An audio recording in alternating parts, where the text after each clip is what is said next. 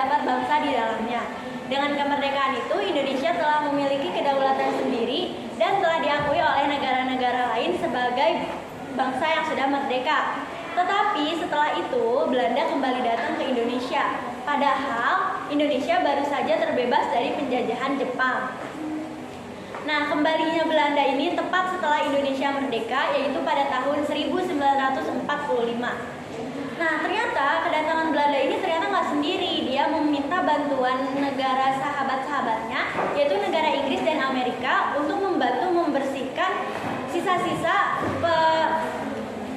penjajahan Jepang di Indonesia. Nah, pada masa itu Indonesia harus berjuang mengusir Belanda dari Indonesia yang datang kembali setelah ratusan tahun berada di Indonesia. Nah, Belanda sendiri itu masih menganggap bahwa Indonesia termasuk wilayah jajahannya atau yang biasa disebut dengan Hindia Belanda.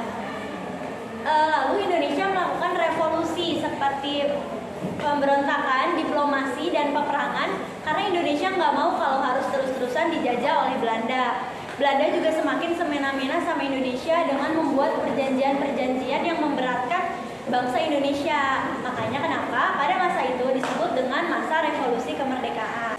Kapan sih revolusi ini terjadi? Jadi masa revolusi ini terjadi bahkan saat Indonesia sudah memproklamasikan kemerdekaannya. Jadi Belanda itu nggak rela kalau misalnya Indonesia tuh udah merdeka gitu. Jadi Belanda tuh melakukan berbagai macam cara yang menyebabkan banyaknya terjadi peristiwa-peristiwa di Indonesia, yaitu dimulai dari agresi militer Belanda I. Kemudian di agresi militer Belanda I ini itu adanya lahirnya lah perjanjian Renville. Tetapi perjanjian Renville ini diingkar lagi oleh Belanda dan terjadi lagi lah agresi militer Belanda II yang menghasilkan perjanjian Rooijen. Kemudian ada perjanjian Linggarjati. Setelah itu ada perjanjian Linggarjati. Setelah itu ada pemberontakan dari komunis, yaitu PKI melawan TNI Indonesia. Setelah itu ada juga pemberontakan dari DI Darul Islam dan atau TII Tentara Islam Indonesia yang ingin menguasai 5 wilayah di Indonesia, yaitu Jawa Barat, Jawa Timur, Sulawesi Selatan, Kalimantan Selatan, dan Aceh. Yang terakhir dari penghujung peristiwa yaitu ada penyerahan kedaulatan Indonesia melalui Konferensi Meja Bunda. Next, perjuangan Indonesia untuk mempertahankan kemerdekaan. Yang pertama itu ada perundingan Linggarjati, yang kedua agresi militer Belanda I. Dari yang pertama, perundingan Linggarjati, yaitu perundingan antara dua pihak yang bertempat di Bukit Linggarjati dekat Cirebon dan menghasilkan sebuah 3 persetujuan. Apa aja sih 3 persetujuan itu? Yang pertama itu, Belanda mengakui wilayah Indonesia yang mencakup Jawa, Sumatera, dan Madura. Belanda harus meninggalkan Indonesia pada tanggal 1 Januari sebelum tanggal 1 Januari 1949. Yang kedua yaitu Indonesia dan Belanda setuju membentuk negara yang bernama RIS. Yang ketiga yaitu RIS dan Belanda akan membentuk Indonesia Belanda yang dipimpin oleh Ratu Belanda. Yang kedua yaitu agresi militer Belanda. Aksi militer yang dikarenakan Belanda menganggap penjajahan Linggarjati. Tujuan agresi militer Belanda I ini yaitu untuk meningkatkan perekonomian Belanda, yaitu dengan cara mengambil sumber daya alam Indonesia, menargetkan wilayah Jawa, wilayah Sumatera, dan juga Jawa.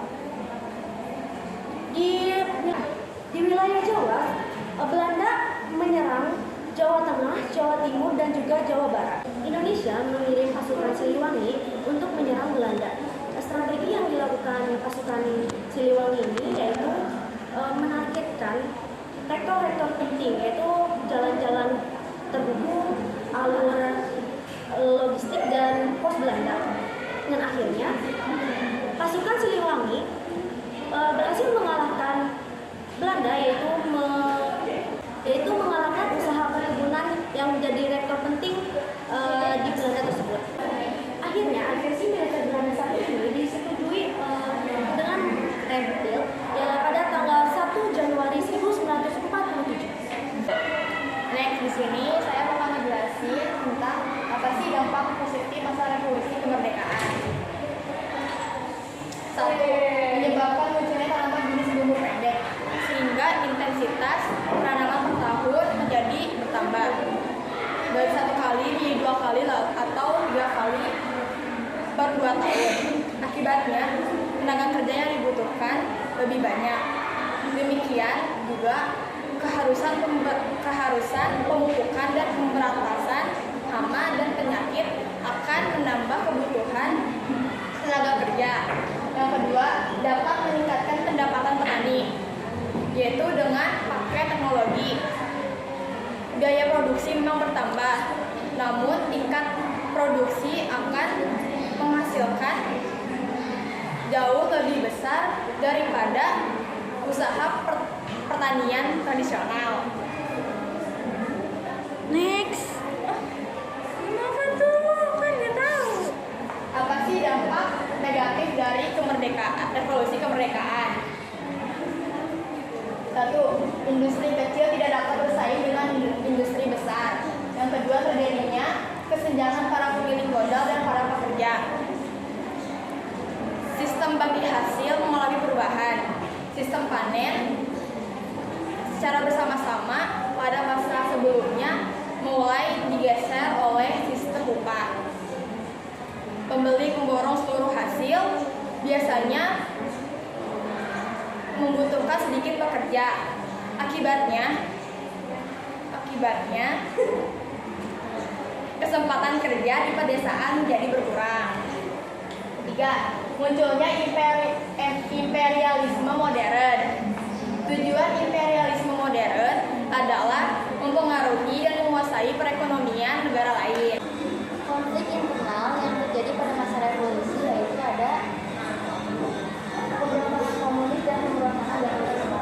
Pemberontakan komunis terjadi pada 18 September 1948 yang dimana Republik Soviet Indonesia diproklamasikan di Madiun oleh anggota PKI yang berniat menjalankan sebuah pusat pembangkangan di atas kepemimpinan Soekarno-Hatta yang dianggap menjadi budak antara Jepang dan Amerika.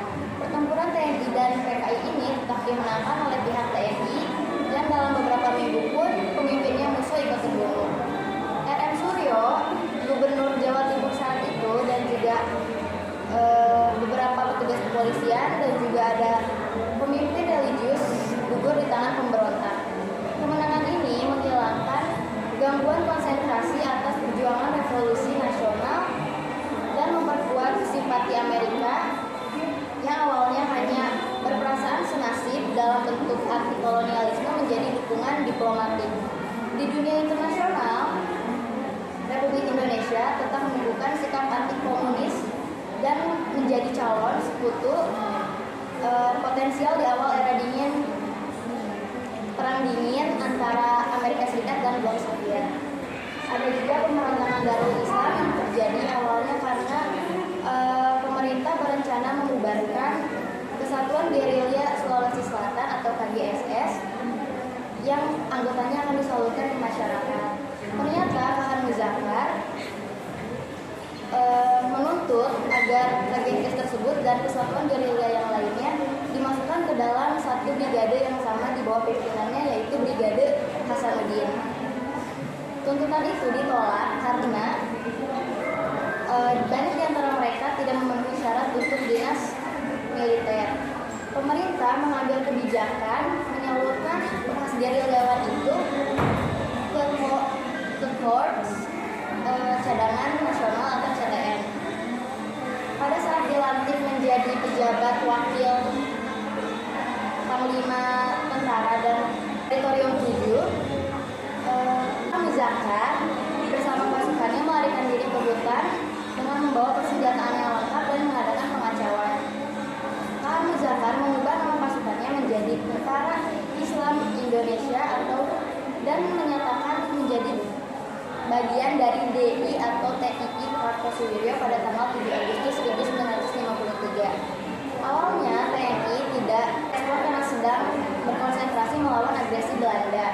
Namun setelah semua teritori kembali dikumpulkan 1950, pemerintah mulai menganggap Darul Islam sebagai ancaman. Provinsi lainnya menyatakan bergabung dalam Darul Islam. Perang ini berhasil dipadamkan mulai tahun 1954 dan tanggal 3 Februari 1965 Kahar Muzaka ditembak mati oleh anggota TNI dalam baku tembak. Bagaimana akhir dari masa revolusi kemerdekaan?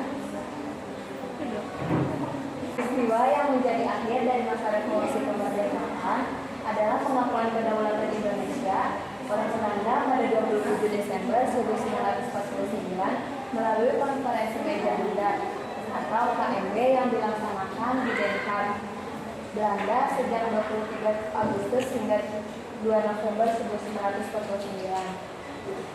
KMB dipimpin langsung oleh Wakil Presiden Indonesia, yaitu Bapak Muhammad Hatta. Perundingan pun diketahui berjalan dengan sangat alot dan lambat.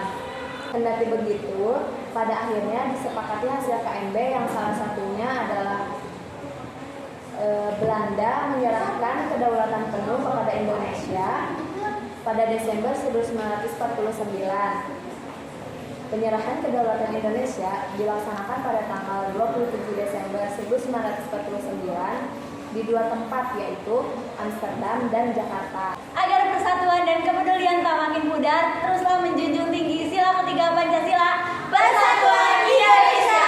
Sekian dari kami. Wassalamualaikum warahmatullahi wabarakatuh.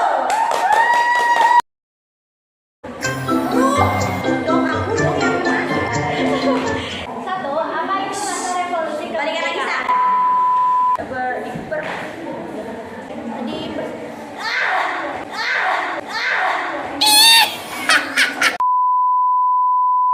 Negara lain. Oke. Jadi, behind the scene presentasi di sini formal. Nyantui.